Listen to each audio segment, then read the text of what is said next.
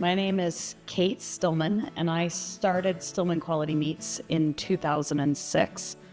I sort of got into this business, I always say in a little bit of a backwards way. I come from a generational farm family. Far back as I can think, people have been farming in my family. When I first got into this business, we were at the mercy of a couple processors that were scattered across the New England region.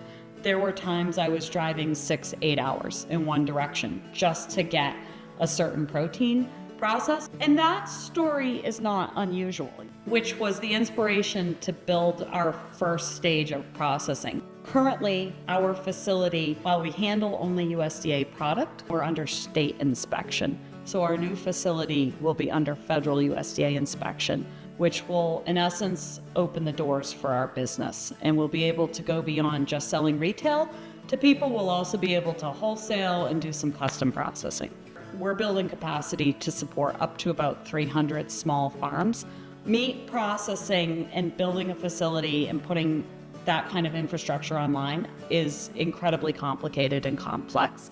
The other aspect about what we're doing here is the opportunity to include some non-livestock, non-protein farmers. We're going to be making things like meatballs and pot pies. Currently, that pipeline exists on a really small micro level.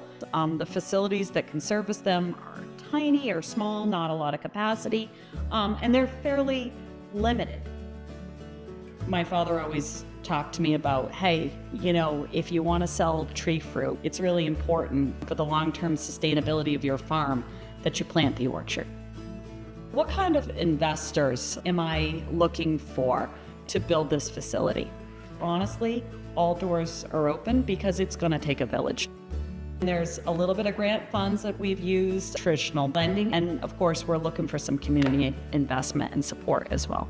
There is no substitute for getting out and actually having a connection with the farmer. There's a story there, there's a lot of skill, there's a lot of effort, there's a lot of sacrifice. And whether that's a ear of corn, a tomato, a pork chop, a steak, I think that's just part of enjoying food that was carefully and thoughtfully raised and produced, is to get to know the story behind it.